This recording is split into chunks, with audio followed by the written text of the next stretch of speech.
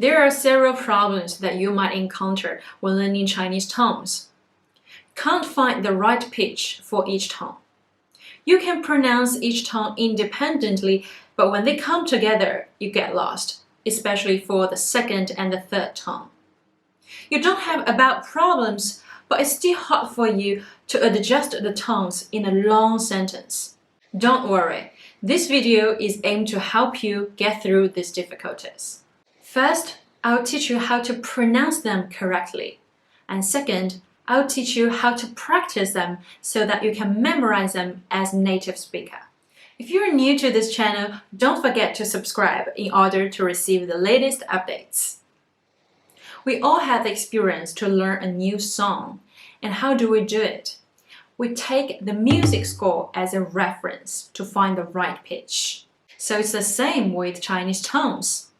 As long as we can find some sound reference, we can forget about all the complicated verbal explanations. Let's begin with the first tone. The first tone sounds like the music score Fa, Do, Re, Mi, Fa, Fa, Ah, Ah. Remember, the key is to keep the sound flat. So now we switch it to the pinyin finals. Fa, A, Wo, I.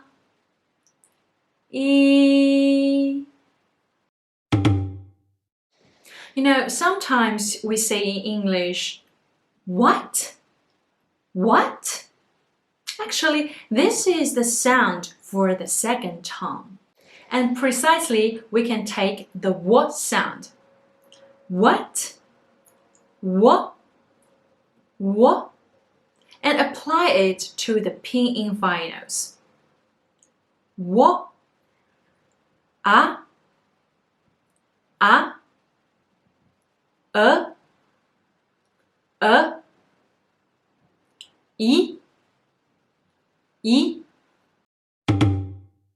The equivalent for the third tone is when we say, okay, all right, let's feel it. Okay, okay, 我 okay, etc., etc. For some of you cannot pronounce it directly, we can replace the syllable one by one. Okay, okay, okay, okay,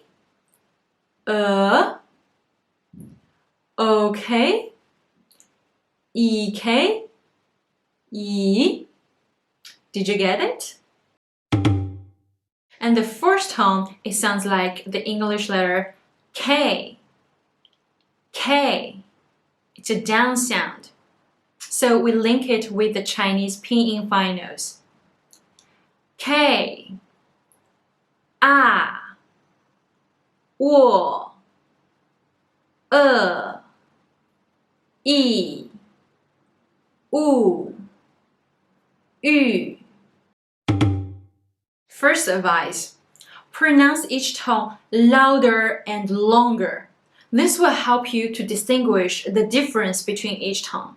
For instance, if I pronounce the second and third tone with a normal volume and normal speed, probably it's hard for you to get the difference. But if I pronounce it louder and longer,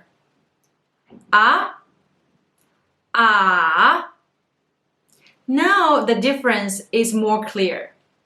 Once you master to pronounce the tone independently, then it's time to practice them in vocabularies, which means in tone pairs. And it leads to the second advice. Practice it step by step, which means you practice the tone pairs with the same tone first, and then you switch to the tone pairs with different tones. For example, the tone pairs with both the first tone.